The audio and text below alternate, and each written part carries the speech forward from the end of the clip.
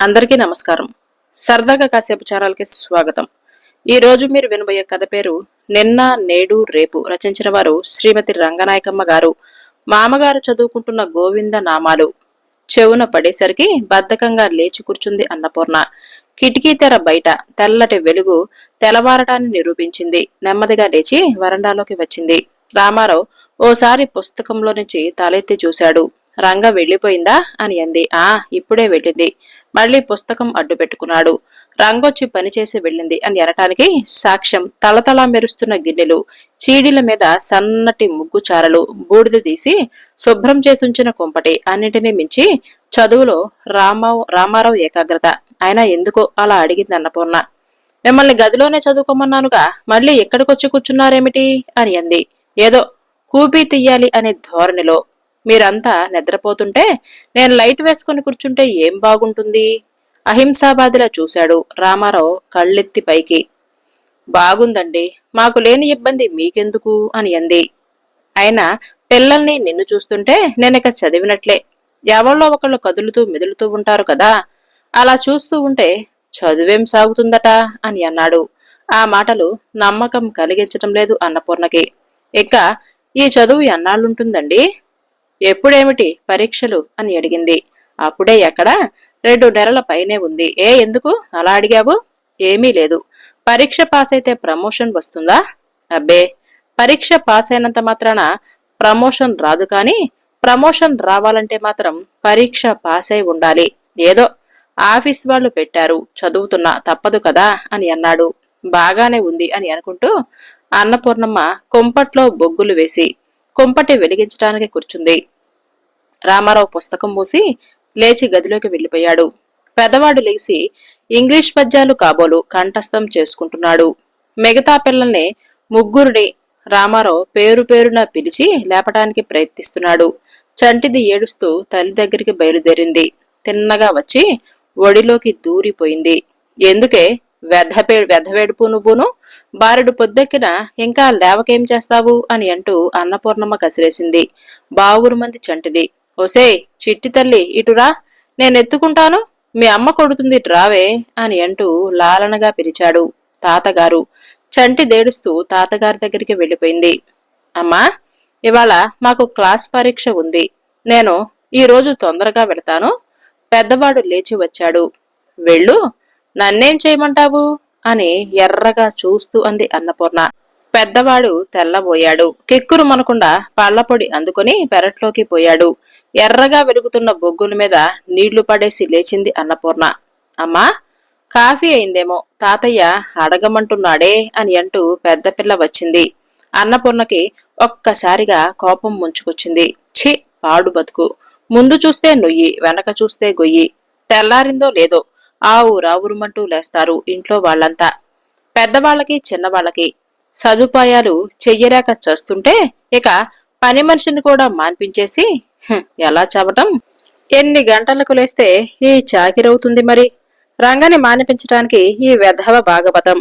ఎన్నాళ్ళు విసుగు లేకుండా నమ్మకంగా చేసే పని మనిషి కోసం సంవత్సరాల తరబడి ఎదురుచూస్తే నిజంగా దేవుడు పంపించినట్లుగానే దొరికింది రంగ.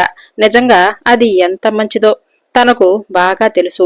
చెప్పిన పనిని విసుక్కోకుండా చేస్తుంది. జీతానికి ఒప్పుకున్న పనులు కాక పైన ఎన్ని చెప్పినా చేస్తుంది.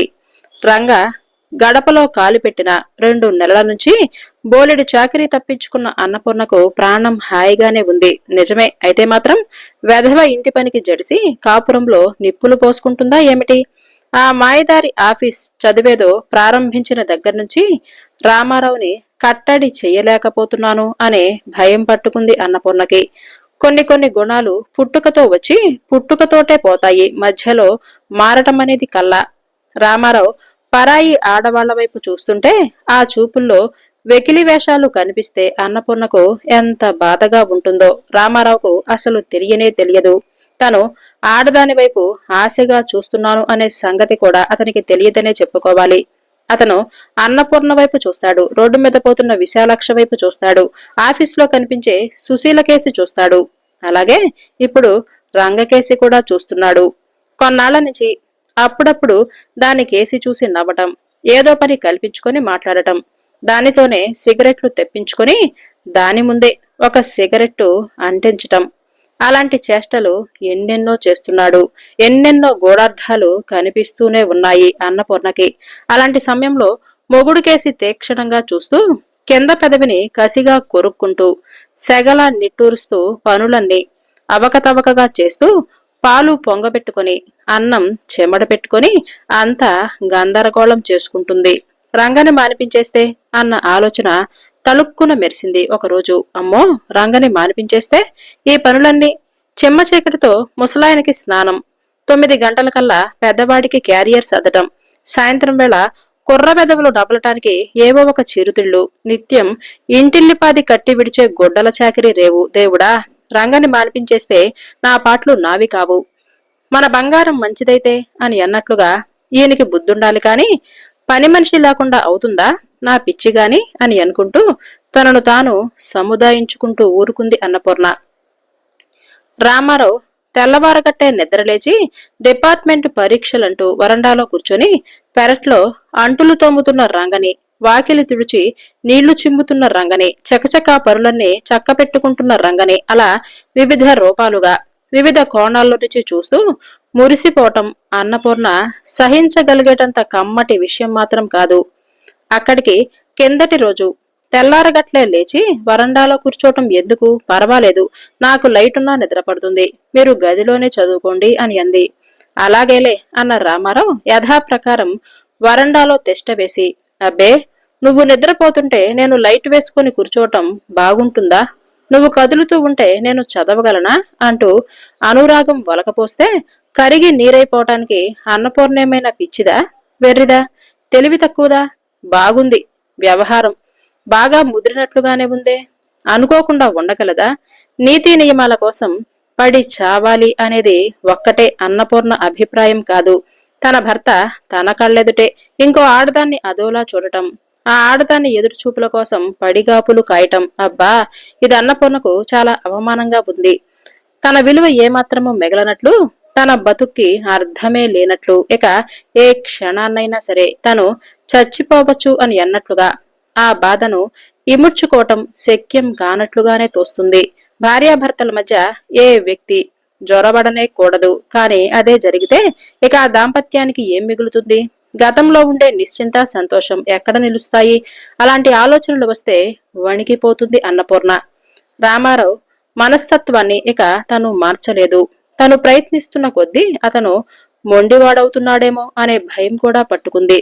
ఒక్కొక్కసారి ఎంత దుఃఖం, కోపం వస్తాయంటే ఆ పూటే ఆ సంసారాన్ని వదిలేసి వెళ్లిపోవాలి అని అనిపిస్తుంది. కాని ఎక్కడికి పోతుంది? ఈ పిల్లలతో 1 రోజా 2 రోజులా, నెలేసి రోజులు మాట్లాడకపోయినా బుద్ధి రాదు ఆ మనిషికి. ఆ మనిషి కర్మకి ఆ మనిషిని వదిలిపెట్టడం తప్ప ఇంకేం చెయ్యాలి? రంగని మానిపించేసెయ్యాలి. మరేం చేస్తుంది? రంగని అతని ఎదురుగా తిరగనిచ్చి, అతనిలో రోజు రోజుకి వెధవ బుద్ధి పెరగనిచ్చి, చివరికి సంసారంలో చిచ్చు పెట్టుకోవాలా? అన్నపూర్ణ మనసు చాలా వరకు నెమ్మదించింది. చల్లా చెదురైన ఆలోచనలు ఒక కొలిక్కి వచ్చాయి. గబగబా కాఫీలు, పిల్లలకు చద్దన్నాలు, వంట వార్పు తేలికగా బంతిలా తిరిగింది. 10 గంటలయ్యేసరికి అన్నపూర్ణ వెనకాల తిరిగే ఆ చంటిపిల్ల తప్ప ఇంట్లో ఎవరూ లేరు. అన్నపూర్ణ చంటితనానికి జడలుతూ కూర్చుంది. ఇంతలో రంగొచ్చింది. రెండోసారి మళ్లీ గిన్నెలు కడిగి బట్టలారేసి ఏమైనా పెడితే తిని వెళ్లిపోతూ ఉంటుంది. అన్నపూర్ణ చాలాసేపు రంగని కొత్త మనిషిని చూస్తున్నట్లుగానే చూసింది.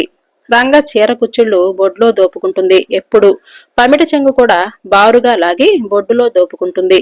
జుట్టు మాత్రం ఎప్పుడు చూసినా సరే నున్నగానే ఉంచుకుంటుంది. అప్పుడప్పుడు రింగుముడి కూడా వేసుకుంటుంది. 2-3 సార్లు రంగకి ముడి అన్నపూర్ణ చుట్టింది కూడా. కాస్త సబ్బు పెట్టి ముఖం తోముకోవే, బొత్తిగా జిడ్డు కారుతుంది అని అంటే అది సరదా కొద్దీ సబ్బుతో ముఖం అరగదోముకుంటూ ఉంటుంది. కడుక్కొని వచ్చాక చూస్తే నిజంగా దాని నుదురు చెంపలు నల్లగా నెగనెగలాడుతూ నీడలు కనిపించేంత నున్నగా ఉంటాయి. నువ్వు చక్కగా ఉంటావే రంగా, నీ మొగుడెప్పుడైనా ఈ మాట అన్నాడా నీతో అని అంటే ముసిముసిగా నవ్వుతుంది. పాపం రంగ చాలా మంచిదే. ఎంత మంచిదైతే మనకెందుకు? తన కొంప తీసే మనిషైన తర్వాత రంగ పరపర గిన్నెలు తోముతుంది నారింజ చెట్టు కింద. అన్నపూర్ణ చంటిదానికి రిబ్బన్లు వేస్తూ, కాస్త బాగా తోమవే తల్లి, పొద్దున గిన్నెలన్నీ మసిమసిగా వదిలేసి వెళ్ళావు. గ్లాసులవి ఎలా కడిగావో ఏమిటో. తడారేసరికి బూడిద పళ్ళెల్లా తయారయ్యాయి. అన్నీ మళ్ళీ కడుక్కోలేక చచ్చాననుకో. నీ పని నువ్వును అని అంది గబగబా అన్నపూర్ణ. అన్నపూర్ణ మాటలనటానికి ఎంత కష్టపడి గొంతు పెగుల్చుకుందో రంగకు తెలియదు. అది నమ్మలేనంత ఆశ్చర్యంగా వెనక్కి తిరిగి చూసింది. అదేమిటి అంత చోద్యంగా చూస్తున్నావు? గిన్నెలు సరిగ్గా తోమ్మమన్నాను. అది రంగ నిజాయితీకి తీరని కళంకం అయిపోయింది.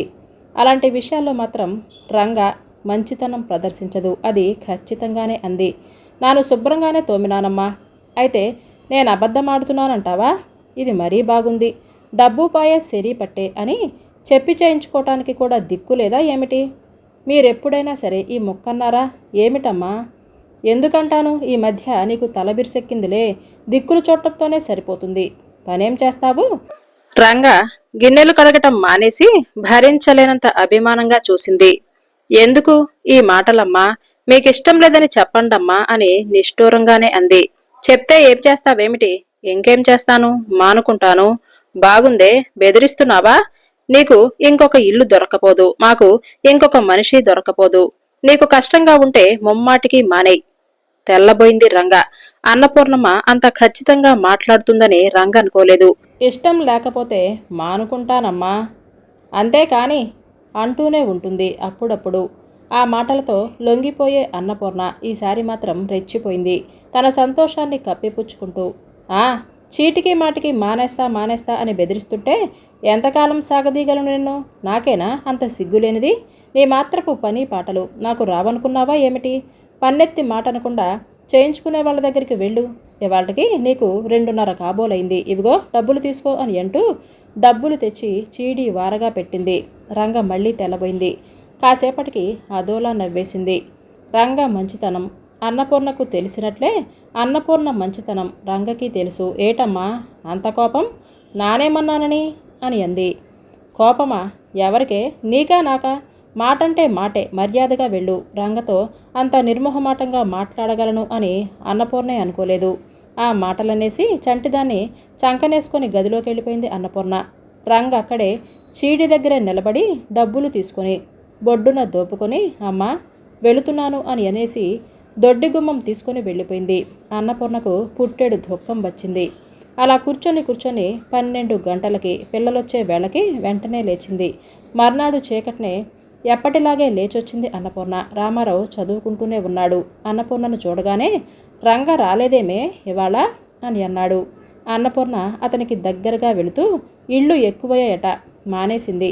అప్పలమ్మని రమ్మని చెప్పాను, కాసేపటికి వస్తుంది అని అంది. మొగుడి ముఖంలో ఏదో బాధ, కళ్ళల్లో ఏదో నిరాశ కనిపిస్తుంది అని తరచి తరచి చూసినా సరే అన్నపూర్ణకు అవి కనిపించినట్లుగానే అయ్యాయి. ఏం మీకు బాధగా ఉందా అని అంది నవ్వుతూనే. నాకేం బాధ మధ్య అని అన్నాడు. ఏమో చీటికి మాటికి సిగరెట్లకు పరిగెత్తేది కదా. రామారావు మాట్లాడలేదు. ముసరాయన లేచి వచ్చాడు. అమ్మాయి ఇవాళ రంగ రానట్టుగా ఉందే అని అన్నాడు. అవును మావయ్య, దానికి వీలు కావటం లేదు అని మానేసింది. అప్పలమ్మ వస్తుందిలేండి, మీ స్నానానికి నేను నీళ్లు పెడతాను, తుండు తెచ్చుకోండి అని అంది. రామారావు గదిలోకి వెళ్ళిపోయాడు. పిల్లలంతా లేచారు. అన్నపూర్ణ అంట్లు గిన్నెలన్నీ పెరట్లోకి చారేసింది. సగం సగం పనులవుతూ ఉంటే అప్పుడొచ్చింది అప్పలమ్మ. ఇంకాస్త పెందలాడే రావటానికి వీలవుదా అప్పలమ్మ? నెమ్మదిగా అంటూ ప్రాధేయపడుతున్నట్లుగా చూసింది అన్నపూర్ణ. ఎట్టా తీరుద్దమ్మా అని అంది. అన్నపూర్ణమ్మ కిక్కురు మనలేదు. అసలు జీతం కన్నా ఓ ₹1/2 ఎక్కువ పెంచి అది కాదు కూడదంటే వేళకైనా సరే వచ్చి పని చేయమని అప్పలమ్మను తనే బతిమలాడింది. గత సాయంత్రం ఏరి కోరి దాన్నే పిలవటానికి కారణం అది పడుచుది కాదు. రామారావు దానికేసి చూడమన్నా చూడడు. అప్పలమ్మకు 50 ఏళ్లుంటాయి.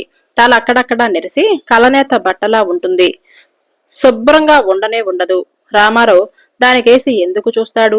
నిజంగానే రామారావు ఆనాటి నుంచి వరండాలో చదవటం మానేశాడు. అన్నపూర్ణ ఏదో అడగాలి అని ఊరుకుంది. రంగను మానిపించేసి మొగుడికి బాగా బుద్ధి చెప్పాను అని అనుకుంది. అప్పలమ్మ కూడా కొత్త సమస్య అయింది. అది రంగ చేసే పనిలో 4వ వంతు కూడా చేయదు సరికదా. చిరాకులు, కోపాలు, కీచులాటలు, రొసరొసలాడితే ఆడిందిలే, మెసమెసలాడదు కదా అని అవన్నీ ఏమంతగా పట్టించుకోలేదు అన్నపూర్ణ. కాని ఉన్నట్లుండి అప్పలమ్మతో ముసలాయన సరసాలు అవి చూస్తూ ఉంటే అన్నపూర్ణకి ఆశ్చర్యం మొదలైంది. ముసలాయన ధోరణి చాలా మారిపోయింది. ఎప్పుడు వీధిలో కూర్చొని పురాణాలు వల్లి వేసుకునే ఆయన ఉలిక్కి పడ్డట్లుగా వాకిట్లోకి తొంగి తొంగి చూడటం, స్నానం చేస్తూ చేస్తూ గోవిందనామాలు చదువుతూ మధ్య మధ్య అప్పాలమ్మతో కబుర్లాడటం, చమత్కారాలు దొర్లిస్తూ చురుకు చురుకుగా దానికేసి చూడటం అంతా అయోమయంగా అయిపోయింది అన్నపూర్ణ మనసు. ఆయన వయసులో ఉన్నప్పుడు విచ్చలివిడిగా తిరిగేవాడని ఎప్పుడో రామారావు అన్నాడు కాని ఆయనలో అలాంటి తత్వం అన్నపూర్ణకు ఎప్పుడూ కనపడనే లేదు. ఇన్నాళ్లకి అప్పలమ్మ ఎదుట ఆయన తీరు చూస్తుంటే అన్నపూర్ణకు ఏమిటో యావగింపులా అనిపిస్తుంది. తాతగారు నేళ్లు తోడాను అని అంటూ అప్పలమ్మ అంటుంది. ఆహా, నువ్వేదో మహా కన్నెపిల్లవైనట్టు తాతగారు అంటున్నావు నన్ను అని అంటూ నవ్వుతాడాయన. అదేంటి బాబు, తాతగారంటే తప్ప ఏమిటి? ఏ నువ్వేమైనా చిన్న కుర్రాడివా అని రెట్టిస్తుంది అప్పలమ్మ. అదుగో అదే వద్దన్నాను. నువ్వు నన్ను అలా పిలవటమేమిటి? అయ్యగారు అనలేవు? నవ్వుతూనే కోపడతాడాయన. ఏటి బాబు, నీదంతా సోద్యం కాకపోతే అని అంటూ నవ్వుతుంది అప్పలమ్మ. ఈ సంభాషణ వాళ్ళిద్దరి మధ్య రోజుకు ఒక్కసారైనా సరే జరుగుతూ ఉండవలసిందే. అన్నపూర్ణ ఆ మాటలు విని ఊరుకుంటుంది. ఒకరోజు అప్పలమ్మ బల్ల మీద నిలబడి గది గోడలు దులుపుతూ ఉంది. ముసలాయన హడావుడిగా వచ్చాడు. ఒసేవ్ అప్పి, అదిగోనే అదిగో తేలుపిల్ల ఎగబాగుతుందే అని అరిచాడు. అప్పలమ్మ కెవ్వుమంటూ చీపురు విసిరేసి ధబీమంటూ కిందకి బోర్లా పడ్డంత పనిచేసింది.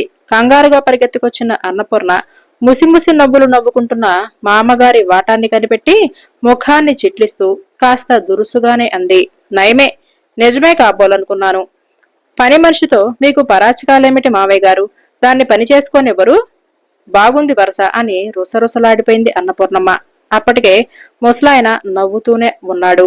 నేనేమీ పరాచకాలాడని దాని కొంగు మీద ఏదో తేలుపిల్లలా పాగుతున్నట్లుగా ఉంటే చూశాను. గొడ్డలో జొరబడిందో ఏమో చూసుకోమను అని అన్నాడు. అమ్మో అమ్మో, ఎక్కడమ్మా అని అంటూ అప్పలమ్మ భయంతో గంతులేస్తూ కుచ్చిళ్లన్నీ ఓడలాక్కొని చూసుకుంటుంటే అన్నపూర్ణమ్మ లోపలికి పరిగెత్తుకుంటూ వెళ్లిపోయింది. తేలుపిల్ల లేదు, వల్లకాడు లేదు. అప్పలమ్మకు మాత్రం ముసలాయన మీద కోపం రాలేదు. ఏటి బాబు నువ్వు నీ యాస్కాలను అంటూ చేతులు తిప్పింది. నయం, అది దెబ్బలాడుతుందేమో అని అన్నపూర్ణమ్మ హడలిపోయింది. మధ్యాహ్నం ఉప్పుడు పిండి చేసింది అన్నపూర్ణ. మామగారికి పిల్లలకు పెట్టింది. అంట్లు తోమటానికి సిద్ధమవుతున్న అప్పలమ్మతో ఒక్క క్షణమాగు, కాస్త ఉప్పుడు పిండి తిని ఆ తర్వాత కడుగుదువులే అని గిన్నెలో పెట్టింది. అప్పలమ్మ గోడవారన చతికిలపడి తింటూ కూర్చుంది. అప్పి, మా తాత పిలుస్తున్నాడే అంటూ వచ్చాడు రెండోవాడు. ఎందుకు అని అన్నపూర్ణమ్మ అంది. ఉప్పుడు పిండి తినటానికి అని అంటూ పరిగెత్తాడు వాడు. అంతలోనే ఓసే అప్పి, ఇలా వచ్చి పట్టుకుపో అని అంటూ ముసలాయన అరిచాడు. అన్నపూర్ణమ్మ చటుక్కున లేచి గుమ్మం దగ్గరికి వెళ్లి ఏమిటండి, అప్పలమ్మకు నేను పెట్టాను కదా అని అంది. పోని తిననిద్దు, నాకెలాగూ ఎక్కువవుతుందని గుప్పెడు తీశాను అని అంటూ ఆ కంచం గుమ్మం యువతల పడేశాడాయన. అప్పలమ్మ అందుకుని ఒక కాగితంలో వంపుకొని కొంగులో కట్టుకుంది. తనకి అది ప్రత్యేక బహుమతి అయినట్లు. ఆ మనిషి తప్పేముంది? అన్నపూర్ణమ్మ ఏమీ మాట్లాడలేకపోయింది. పొద్దుటిపూట కాస్త తొందరగా వస్తుండు అప్పలమ్మ అని అంటూ హెచ్చరించి సాగనంపింది. ఆ మర్నాడు చిమ్మ చీకటి నుంచి చినుకులు ఈదురుగాలి పట్టుకున్నాయి. అప్పలమ్మ రానేలేదు. అప్పి రాలేదే, అప్పి ఇంకా రాలేదే అని అంటూ ముసలాయన గోవిందనామాలు మానేసి తారట్లాడుతూ తిరిగాడు. అన్నపూర్ణ ఇంటి పనుల్లో సతమతమవుతూ పట్టించుకోకుండా ఊరుకుంది. మధ్యాహ్నం సన్న చినుకుల్లో 4 గంటల వేళొచ్చింది అప్పలమ్మ. దాన్ని చూస్తే ఏమిటో మహదానందమైపోయింది ఆ ముసలాయనికి. ఎంత వాన కురిస్తే మాత్రం నువ్వు రాకపోతే ఇంటేడు చాకిరీతో పిల్లలతో అది ఎలా దేవుళ్లాడుతుందనుకున్నావు? బాగుందే నీ వరుస, ఇంటి దగ్గర వెచ్చగా పడుకున్నావు కాబోలు అని అంటూ ముఖమంతా నోరు చేసుకుని కోపడ్డాడాయన అప్పలమ్మనే. అప్పలమ్మ గబగబా పనైంది అని అనిపించింది. చినుకులు ఎక్కువైపోయి వర్షం ధారలా పడుతుంటే వెళ్లలేక వరండాలోనే కూర్చుంది. ముసలాయన కాగితం పడవలు చేసి చంటిదాని చేతికిస్తూ వరండాలోనే కూర్చున్నాడు. అన్నపూర్ణ గదిలోకి వెళ్లిపోయింది. పాడువాన తగ్గిపోతుందనుకున్నాను, చీకటి పడిపోతుంది, కొంపకెల్లా చేరటం అని అంటూ అప్పలమ్మ స్వాగతం చెప్పుకుంటుంది. ముసలాయన ఓ అడుగు దానికేసి వేయటం అన్నపూర్ణ చూసింది. ఇక్కడ ఉండిపోరాదటే ఈ రాత్రికి అని అన్నాడు. అమ్మో, మా ముసలోడు గుడిసెలో ఒక్కడే ఉంటాడు కదా. అయితే వానని తిడతావెందుకు, పోరాదు. అమ్మో, ఈ వాన్లోన నేను తడిసిపోను అని అంది. తడిస్తే ఏంటట, వాడున్నాడు కదా వెచ్చవెచ్చగా కౌగిలించుకోటానికి. మంచముందా, చాపాదుండేనా అని ముసలాయన అడిగాడు. అన్నపూర్ణ నిర్ఘాంతపోయింది.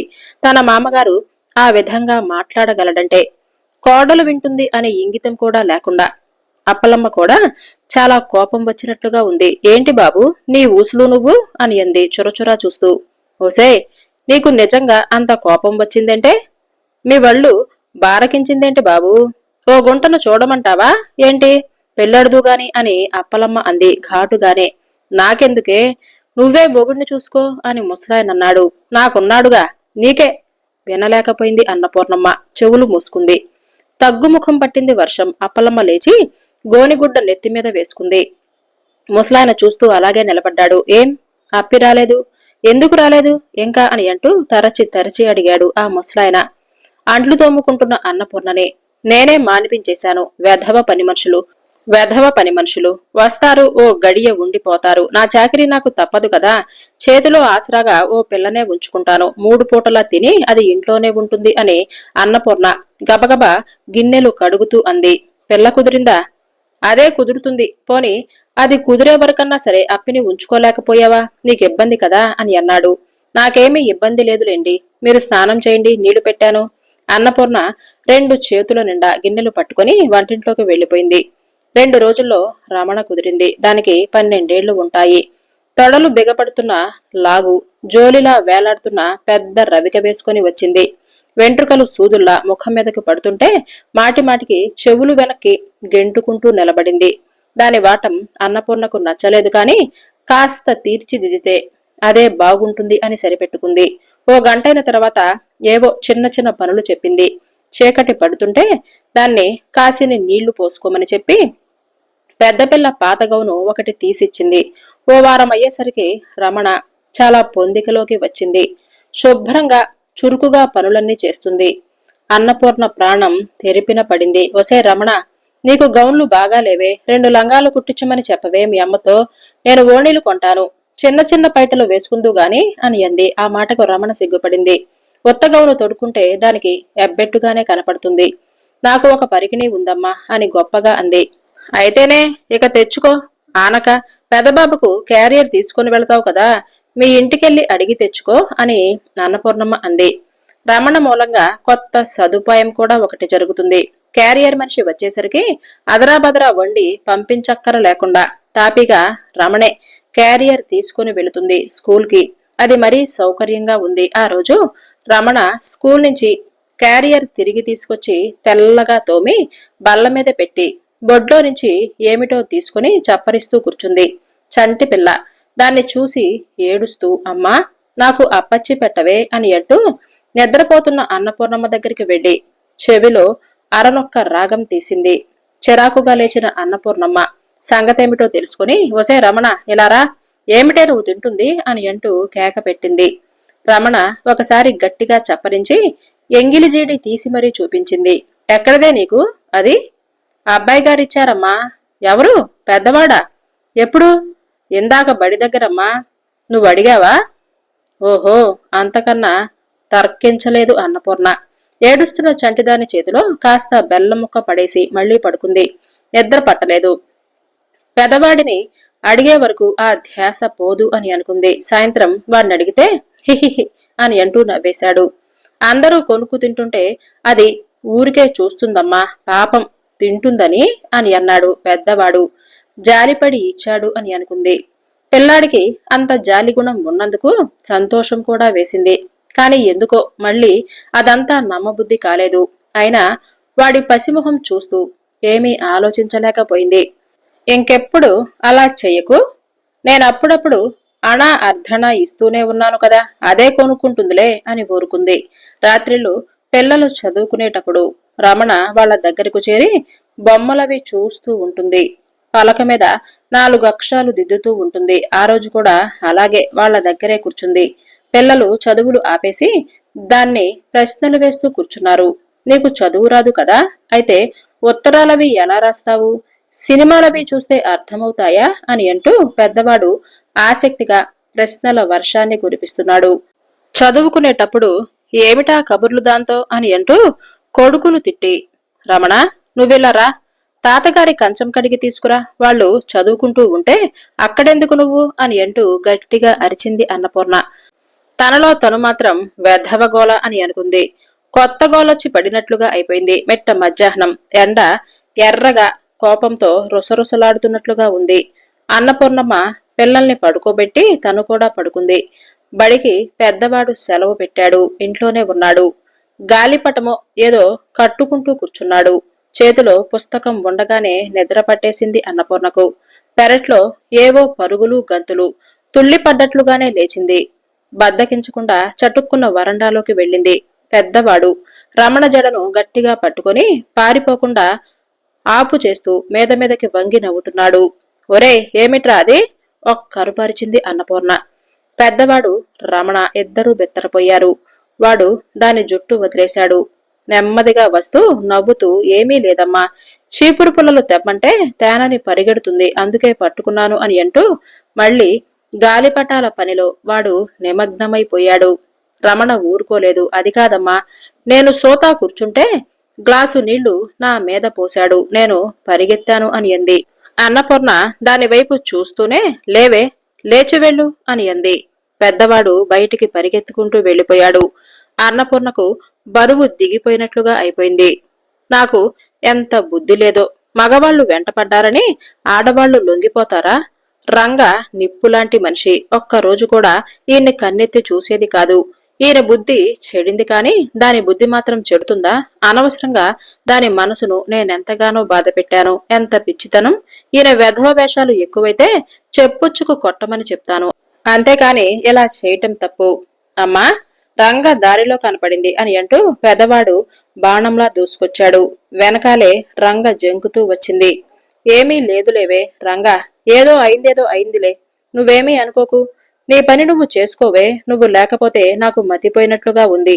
ఆ 4 మాటలకు అన్నపూర్ణమ్మ కళ్ళు చెమర్చినట్లుగా అయింది. రంగ తెల్లబోతూ నిలబడింది. ఈ కథ ఇంతటితో సమాప్తం. రేపు సరికొత్త కథతో మళ్లీ మీ ముందుకొస్తాను. అంతవరకు బాయ్ అండి.